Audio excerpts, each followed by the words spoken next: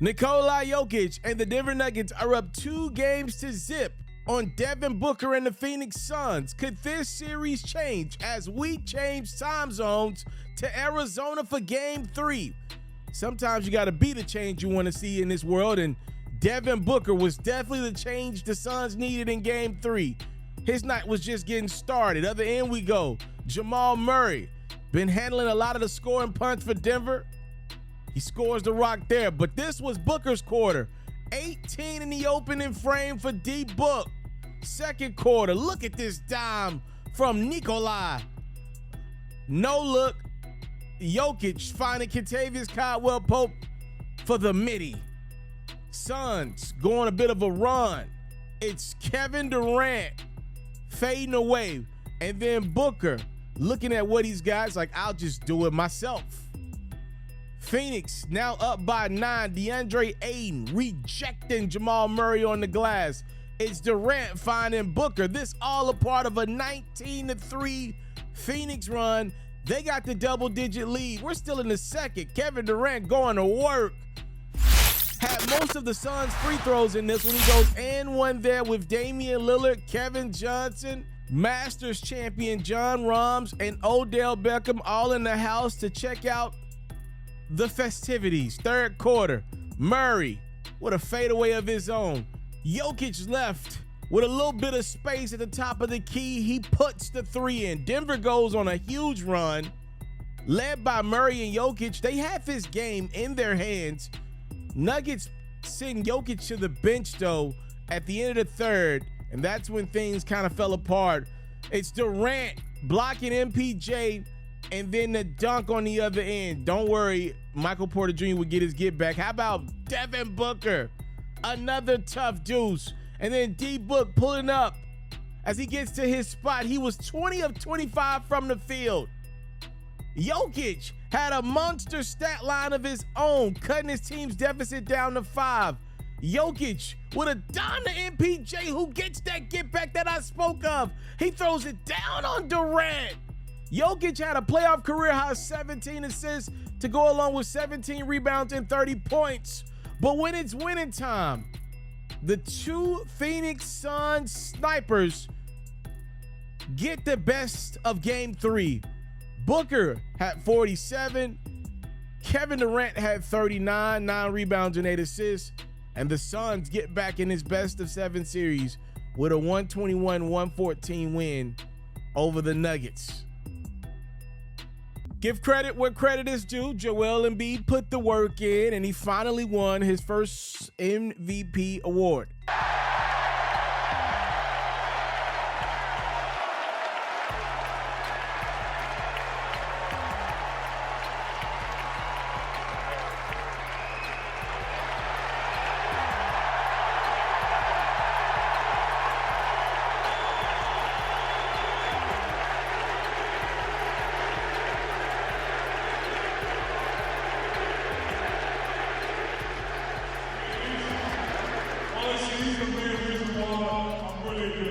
Jason Tatum and the Boston Celtics looking to spoil Joel Embiid's big night in Philadelphia. It's Game 3 of this Eastern Conference second-round matchup, and the Celtics came ready to ball. Tatum nails the 3. Jaylen Brown trying to sneak and get a bucket to extend the Celtics lead. Embiid said, "You'll have none of it," and then James Harden nails a 3 on the other end. Philly cuts their double-digit deficit down to single digits. But then Harden's blocked off the glass. By the way, James really struggled in this one. 16 points, just 3 of 14 shooting. Robert Williams had 3 blocks. Sixers need other guys to get it done. This is a pretty good option. Embiid nails the mid-range jump shot. Philly takes the 1-point lead. Second quarter we go. It's more Tatum. Euro. And then his co-star got blocked in the first quarter, shot it so high that he wouldn't get blocked in the second quarter. It's Jaylen Brown going glass, fading away. Celtics led at the half. Third quarter, what can Brown do for you? He can go at the new MVP and come away with a 6 sadistic reverse layup. Celtics up by 7. Embiid, a beautiful first step from a really big man. He scores. And then Malcolm Brogdon joins. Another balanced attack from Boston. We go to the 4, 5 minutes to go. Scary play if you're a Celtics fan. My Vol for Life gets caught by Joel Embiid's big sneaker. As you see, Embiid steps on Grant Williams' head. Thank goodness he didn't put all his weight into it. That would have really been bad. This time around, Embiid using his body for good. Embiid, 30 points, 13 rebounds, 4 blocks. Here comes the Celtics big, Al Horford. 1-6er, by the way. Nails the 3. And then there's Harden. His 1 3-point make in this one. When it's winning time, though, Boston had Tatum, and the Sixers did not. Jason Tatum leads the Celtics with 27 points. He grabbed 10 rebounds, also dished out 5 assists. His co-star Jaylen Brown had 23 points, 7 rebounds, 5 assists. The Celtics spoil Embiid's big night with a Game 3 win. What's up, everybody? It's yours truly. I'm the one and only. I go by the name of Mr. FERRO, a.k.a. I'm Hoops FERRO. If you're enjoying this great quality content, let's do something special. Let's run this channel up to 100,000 subscribers ASAP. Make sure you subscribe to this channel for more great quality content. Please enjoy the rest of the video. Booker slicing through, cups it up and in. Durant finds Warren. He's had a couple big buckets in the fourth. Shot clock fading. Durant, you bet.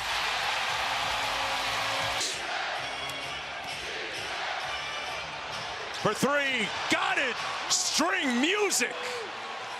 Jason Tatum with 20. Well, we got two incredible players for Denver and Philadelphia, and Jokic and Embiid, both doing their parts in both of their games. I thought they both played really well, all things considered. Jokic had a ridiculous stat line, 30, 17, and 17. That's just a ridiculous stat line.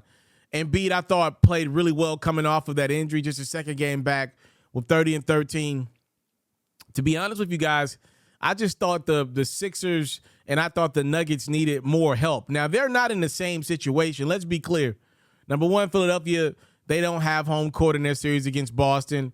Obviously, they're the 3 seed, and the Celtics are the 2 seed. The Nuggets are playing with house money. I mean, you know, could they have swept the Suns? Maybe, but they're on the road. I mean, you expect the Suns to bring their A game, Game 3, after getting trounced in the second half there in Games 1 and Games 2. So I'm not surprised one bit that the Suns were able to get the win. The Philadelphia situation is different. That was supposed to be their best punch. Their guy gets his MVP award that night in Philadelphia. I mean, he had the one game. What did Doc Rivers and Joel Embiid? They wanted to sell us on, hey, Embiid's going to play better in Game 3. We wanted to bring him back in Game 2 to get the cobwebs off. Embiid definitely looked much better in Game 3 than he did Game 2. But as a team, the Sixers continue to struggle to figure it out. And I'm hearing a lot of people say, yo, the Sixers are struggling to incorporate Embiid back into their offense. I'm kind of scratching my head at that one like, yo, he's been there all year. He's the MVP of the league. Like you're not bringing a guy back cold turkey. He's been the offense. He's been the system in Philadelphia for the last few years now. This is not his first postseason with Harden. They played together all year. They played really well. So all this working Embiid back in, what did they do all year? So that kind of throws me off a little bit. Again, the cobwebs being on Embiid is one thing, but trying to sell it as the Sixers got to figure out how to play. Like James Harden now is struggling to figure out when to shoot the basketball. He had it going all year. I mean, why all of a sudden now is it so tough for Philadelphia to figure out what they need to do offensively? Let's just give the Celtics credit instead of trying to figure out ways to kind of give the Sixers a scapegoat out. In that Nuggets-Suns game, I like Jamal Murray a lot. I like his game a lot. He had 32 points. He was better than Harden was for Philly, but I definitely thought 29 shots to get to 32 points was a little too much. If you look at the shot distribution, Murray had 32 points on 29 shots. Jokic had 30 points on 19 shots. So Murray gets up 10 more shots than Jokic. I don't like that. You know, Murray's the guy with the ball in his hands a lot. This is not the regular season when Denver is running their offense primarily through Jokic. A lot of the playoffs is Jamal Murray on the ball. I mean, he's playing big-time minutes. You know, look, Murray's a phenomenal player. I'm not mad at him being the most aggressive guy offensively, but when your big fellas got it going the way Jokic did have it going in Game 3, to me, you got to feed him. Jokic could have easily had 45, 17, and 17. I thought down the stretch, Jokic should have had that ball a little more. Murray took some questionable shots to me. There was a couple times down where Murray did give Jokic the ball, and Jokic turned down a couple threes down the stretch. And I'm confused because I like Nikola Jokic's shot from distance. He makes it at a pretty good clip to me. He kind of turned down a couple of those three-pointers down the stretch. Don't want to take anything away from Phoenix or Boston. You know, the Celtics came out and won an important Game 3. Let's not, get this misunderstood by any means. They got embarrassed in Game 1. And as a team, they've responded in Game 2. And as a team, they responded in Game 3. This was probably the best we've seen Tatum and Brown in a few games here as a collective. Tatum still struggled to find his shot. He did get 27 points. It took him a lot of shots like Murray as well to get to those 27 points. It is the playoffs. Obviously, I know everything is hard to come by. But Tatum and Jaylen Brown did look better. That looked like the Boston Celtics team. That looked like a tough, gritty win that they would have gotten last year under Ime Udoka. They got one under Joe Mazzulla. We were critical of Joe last game out and how he was kind of like begging for credit in the post-game presser. Let's give Mazzulla credit for doing what needs to be done in Game 3. This is a big win. This is a big one for the Celtics, the team that made it to the finals last year. That was a big win. We want to make sure we give Joe some credit for pulling off that one. That was a big one. With all that emotions in Philadelphia, they pretty much just shut that Sixers crowd down. They made them leave early. And as we get ready for Game 4, the Celtics, to me, have taken the emotions back of that series. And as we look at the Suns-Nuggets series, I don't think that's the same thing on that side. I still believe the Nuggets feel like they got the emotional advantage in this series. I'm looking at what Kevin Durant and Devin Booker had to do. I mean, look, Booker had 47 points. KD had 39. We're talking about 86 points between two guys. It's very well possible that they could do this 4 games out of 5. I just don't think it's probable. You're asking entirely too much out of 2 guys. By the way, Devin Booker looks like he could do his part. 20 and 25 from the field is just ridiculous. That is ridiculous from Book to get his 47. I don't know if Kevin Durant can do that 3 more times to win 4 games for the Suns. And I just don't believe that. Now, you're asking way too much of him. Way too many miles on that body. Let's keep in mind the last few years, Durant's had a pretty significant injury in all of them. You're asking, like, he's only like 15 games in as a Phoenix Sun coming off the injury he had in Brooklyn. You're asking a lot of KD at this point in his career. And again, he could get it done. You're asking a lot of Durant at this point in his career. So we'll see if they're able to do it. Game 4, I'm definitely giving the edge to the Nuggets. Obviously, I picked the Suns pre-series. But if I'm Denver, I'm thinking to myself, I like the way that Jokic is playing. Aaron Gordon, I think he was 3 of 13 from the field. I expect him, because he gets a lot of easy shots around the rim, I expect him to make at least 4 or 5 more. Michael Porter Jr., I thought he really had it going. I think he was 7 for 14 from the field. He made a couple of big threes late to keep Denver hanging around. I thought he could have got a couple more looks. And by the way, MPJ is one of those guys. If you ever look at Michael Porter Jr. in a game, he's not one of those guys that can kind of like hold his body language back. If he makes a shot, he definitely wants that shot next time down. And Jamal Murray kind of spurned him a little bit. And you can see the frustration on MPJ's face. Like, yo, bro, I can make shots. No disrespect, but, bro, you got 29 shots up. Let me get a couple up.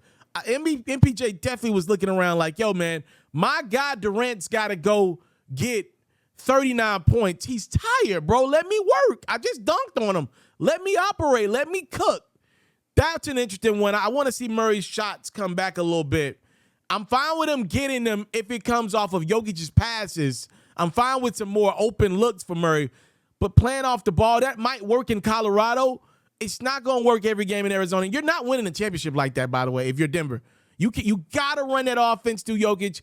I'm not saying Murray doesn't need, he can't have the most shots on Denver. 10 shots is a little too much for me. I'd rather it be closer to 5. But also let the big fella get you some easier looks. The man had 17 assists. Could have easily been 22, 23. So that's what I saw. I would look at these games, 4s, and I'd say Philadelphia is able to win game 4 to even their series up at 2. From what I've seen, my guess is Denver's going to win game 4 out west. We shall see, though. All right? Let me know what you thought of these 2 games.